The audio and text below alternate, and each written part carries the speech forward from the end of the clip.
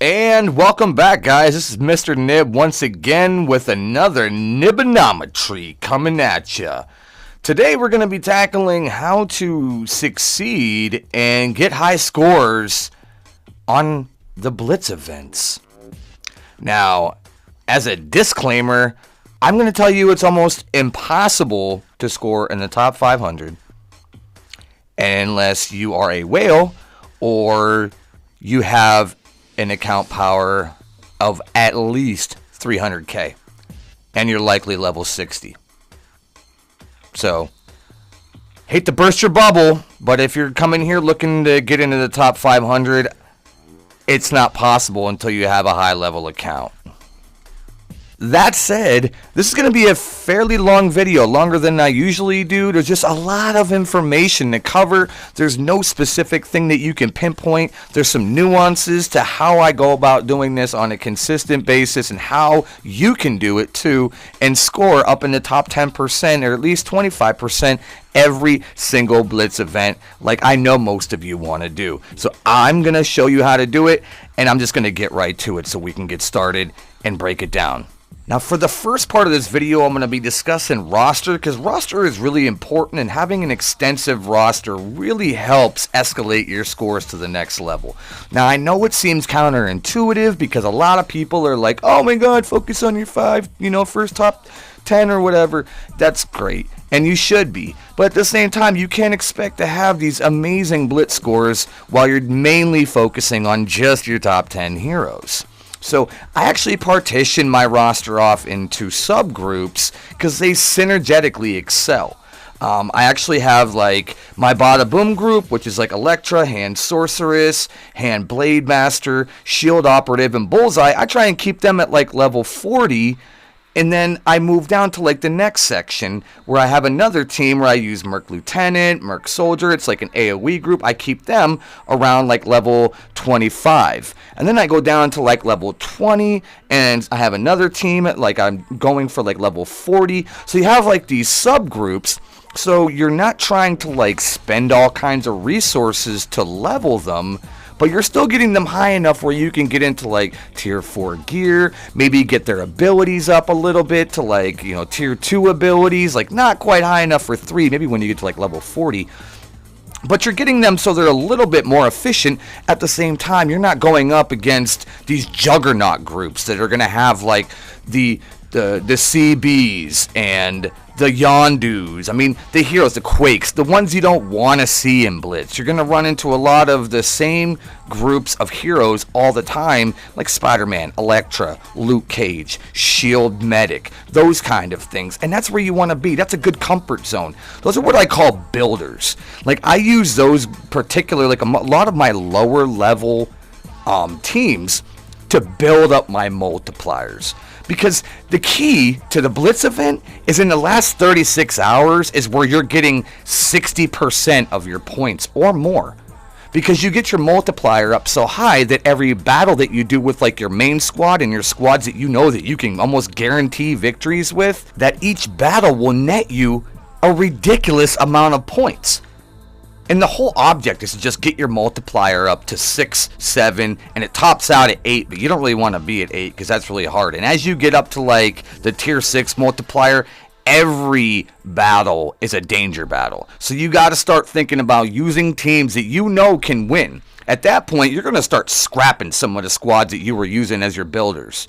Because if they can't win, they're going to hurt you. And I promise you, it's going to happen to you. You're going to get some crazy RNG, and you're going to be mad, and you're going to throw your phone across the room. I've almost done it.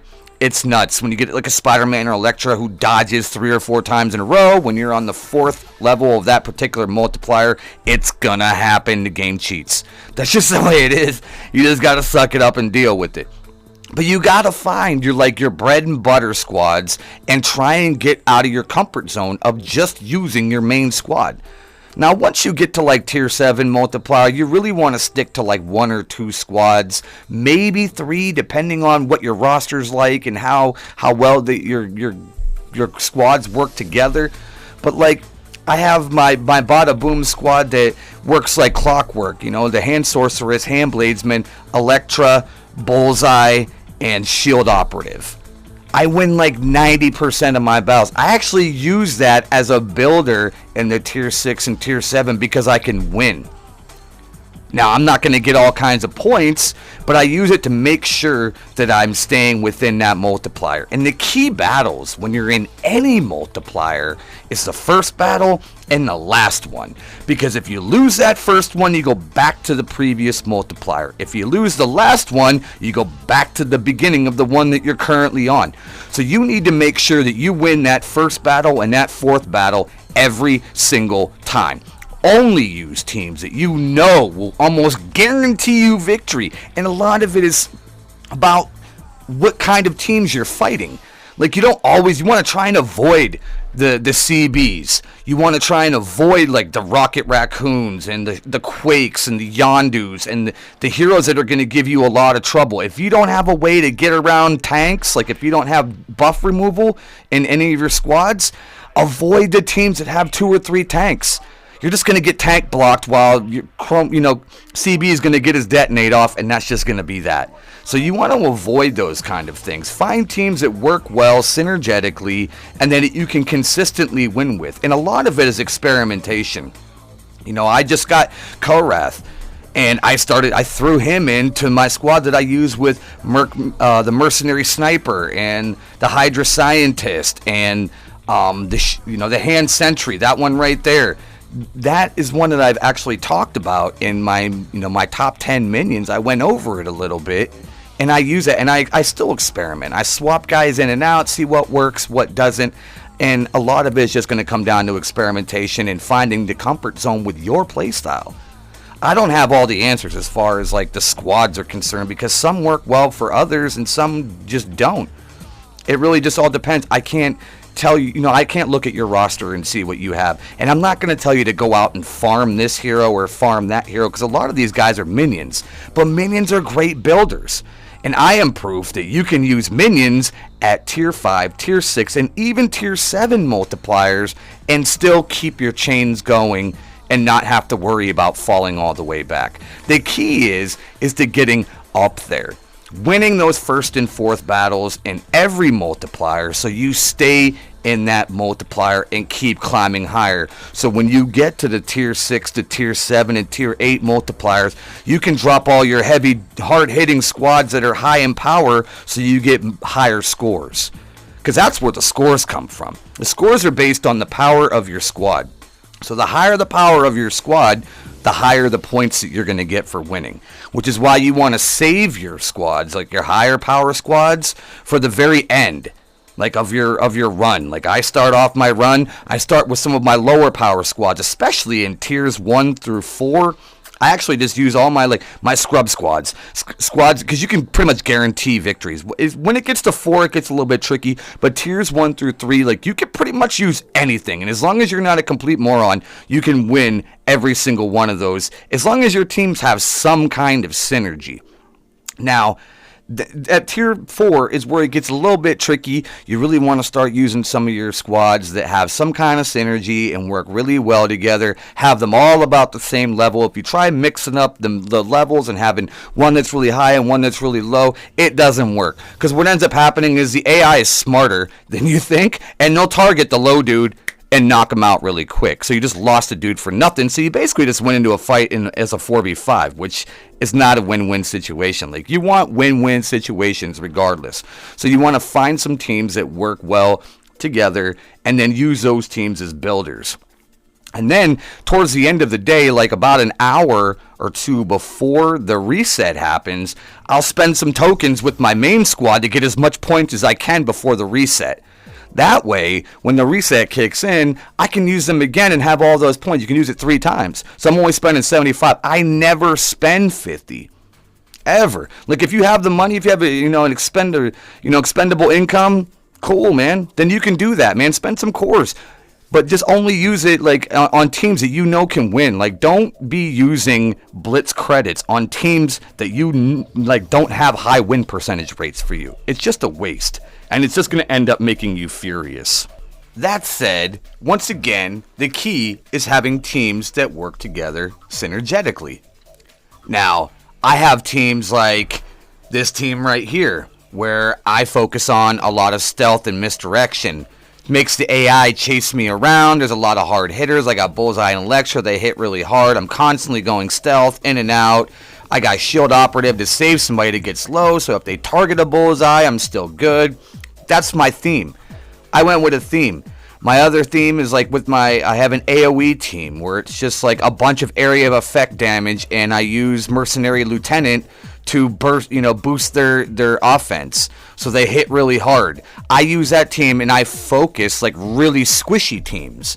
I won't go after teams that have, say, really a large amount of tanks or really tanky characters that take a while to kill. It's just not smart. And if I line it up with that particular squad and all I get is a selection of 3 teams that are tanky, I pull them out. I wait and I just do it again. And it's like, don't force things. Like sometimes you can go use another team and come back and get a better selection. Like you're not always going to get the same team. So a lot of that is just being patient and smart with your squads and using them in the most advantageous way to get a guaranteed victory.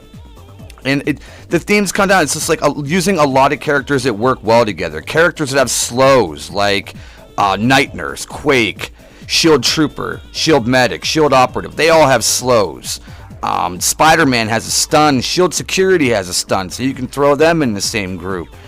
Teams that have counters, like Black Panther, Crossbones, Daredevil, Drax. You could have a team that's all counter attack. So every time you get you get attacked, everybody counters. That'd be great to go against a team that has a lot of AoE. If they have a Yondu and a Quake, every time they attack, you're doing counter attacks as damage. Like ability energy, you've got Cap, Jessica Jones, Kree Noble, Luke, Merc Lieutenant. Those guys constantly feed ability energy, so you could put some guys in there that have really good ultimates that take a while to charge up. Put them in there with a couple guys that feed ability energy all the time, and they're using their ultimates a lot more because they're being fed ability energy.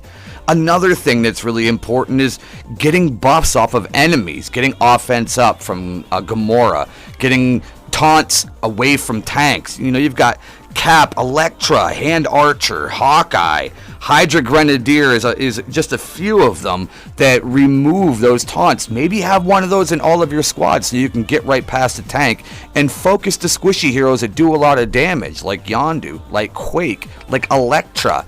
And then try and stay away from heroes like Spider-Man and Daredevil who have a lot of dodge, because they'll dodge your attacks constantly. You can build a team that has evasion, like the Hand Sentry, Nebula, Spidey, even Loki coming out when he finally gets released. They have a lot of evasion. So the thing is like find a theme and build on it. Build a team around a particular theme, and you'll find that you'll have a higher win percentage because that's creating synergy.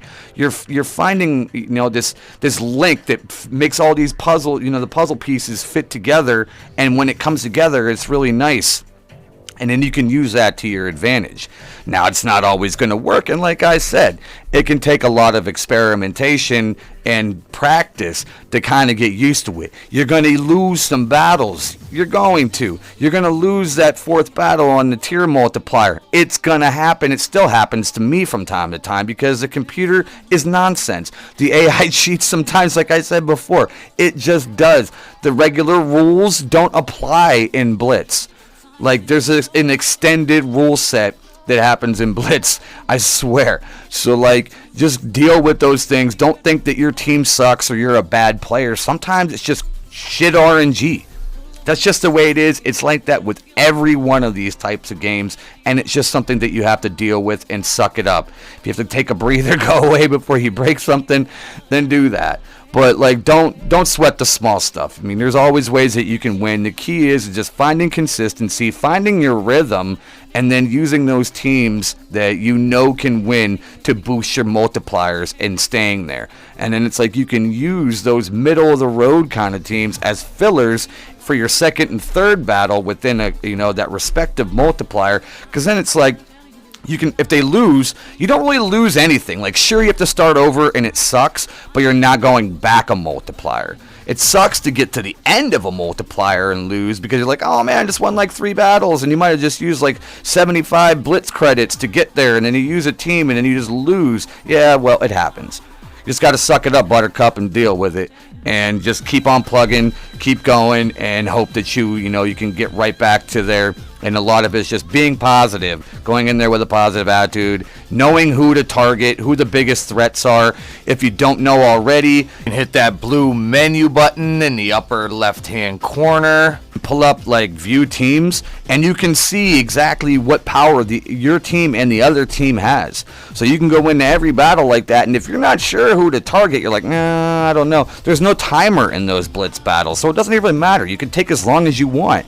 Find the lowest guy. If you go in there and it's like the average of the team that you're facing is say 4K, and there's like a shield medic that's like 2.2K, kill that shield medic immediately.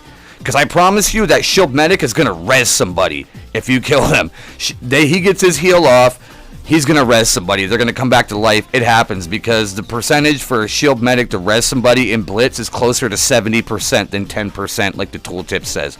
That I can promise you. I've actually lost more matches than I can count because of some crazy nonsense like that. So keep that in mind. Look at who you're going against. Like if there's a tank that's really low, say you go against a Luke that's lower than everybody else, kill that Luke. Get him out of the way, man. Then you don't have to worry about his defense up. You don't have to worry about him healing himself. You don't have to worry about the taunt or getting around it. There's a lot of things. Like I target crossbones first almost all the time, unless there's like a Quake or a Yondu. And if specifically you do, the best thing to do to a crossbones is if you have a slow him down. Spider-Man is great, dude. If you get him slowed down and you have Spider-Man's ult with the stun, you can stun the crossbones before he gets a chance to detonate, and then keep slowing him and kill him so he never get a chance to use it. It's little tactics like that that will help you overcome a lot of these fights that just seem impossible. It's just a lot of little details, a lot of looking into the each character and finding out the little niches about what makes each character tick and how to overcome them. So to close this out, I'm just going to briefly go over everything I've discussed in order. Okay, so first it's about expanding your roster. Now I know that you want to stick to leveling your main dudes, like your top 10, and getting them high in power and putting all your ability mats into them. That's fine, man. Use those blue ability mats on them, but you'll have plenty of green ones that you can use on the lower level dudes. So level a lot of your minions to level 20, level 25, level 30, and if you find teams that work well together, level them all about to the same level and keep them at kind of separate levels from each other. That way they're easy to identify when you're going through your list of the heroes while you're doing the Blitz. Because as of right now, we don't have a way to save hero lineups, which I hope that they implement in the future. That'd be super cool. But having them separate from each other makes identifying them a lot easier, and then keeping them low allows you to make sure that you're not dealing with the higher level heroes who have a lot more abilities and a lot more equipment and things of that nature, because there's a lot of heroes that as you start gearing them up and getting their abilities up in level and getting them gear, they get really strong, and that's something that you need to keep in mind. So keep a lot of those heroes low. Find your groups that work well together within your roster. If you're missing a certain piece, if you build a squad, you have 4 and you're like, ooh, I wish I had this, everything works good but I can't get around taunts. Well, find a way to work that guy in that can get rid of that taunt for you. If you have to farm him just to unlock him at 1 or 2 stars to throw him into that lineup just for Blitz, then do that. Don't allocate a crazy amount of resources towards them.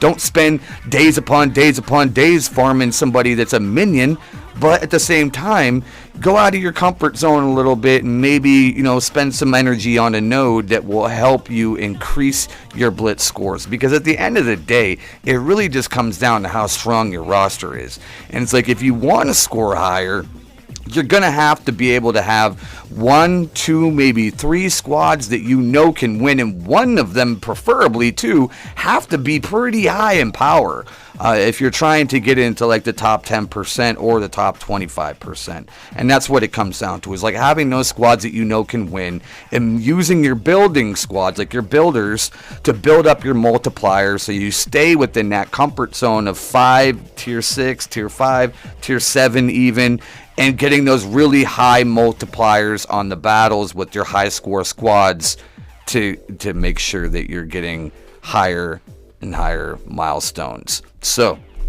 that's going to do it. If you have any more questions, comments, or concerns, please feel free to check down there and leave me a comment. I love to talk to the community and, you know, give my input and feedback whenever possible, and I encourage the interaction. Thank you for watching this video. I appreciate it. I hope you enjoyed it, and please subscribe if you like what you see, because there is more content coming at you soon. Mr. Nib signing out.